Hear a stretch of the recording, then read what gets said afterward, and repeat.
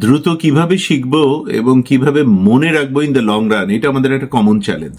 আমাকে প্রতিনিয়ত আমার ক্লাসে ওয়ার্কশপে এটা শুনতে হয়।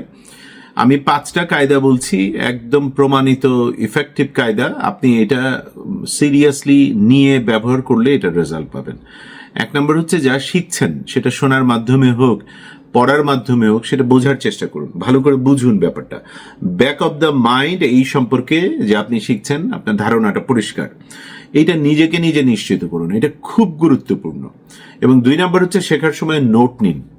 আমি সব সময় সারা জীবন, সেই ছোটবেলা থেকে এই বুড়াবেলা পর্যন্ত, আমার টেবিলে ডেস্কে সবসময় একটা নোটপ্যাড থাকে, সবসময় কলম থাকে। আমি নতুন কিছু শুনলেই সেটা লেখার চেষ্টা করি, নোট নেওয়ার চেষ্টা করি। ভুলে যাই, কিন্তু তবু নোটটা আমি নেই, কারণ এইটা কোনো না কোনো সময় আবার আপনার কাজে আসবেই আসবে। 3 নম্বর হচ্ছে, আপনার রিয়েল লাইফ সিচুয়েশনসে শেখাটাকে ব্যবহার করার চেষ্টা করুন, এভরিডে সিচুয়েশনসে। 4 নম্বর হচ্ছে, শেখাটা কাউকে শেখানোর চেষ্টা করুন, এবং সেটা একটা মক ক্লাস নিয়ে হোক।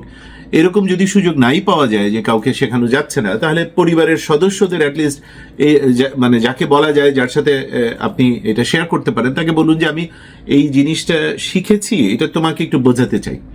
এই আরেকজনকে শেখাতে গিয়ে, বোঝাতে গিয়ে আপনার নিজের আন্ডারস্ট্যান্ডিংটা আরো পোক্ত হবে, এটা একদম প্রমাণিত।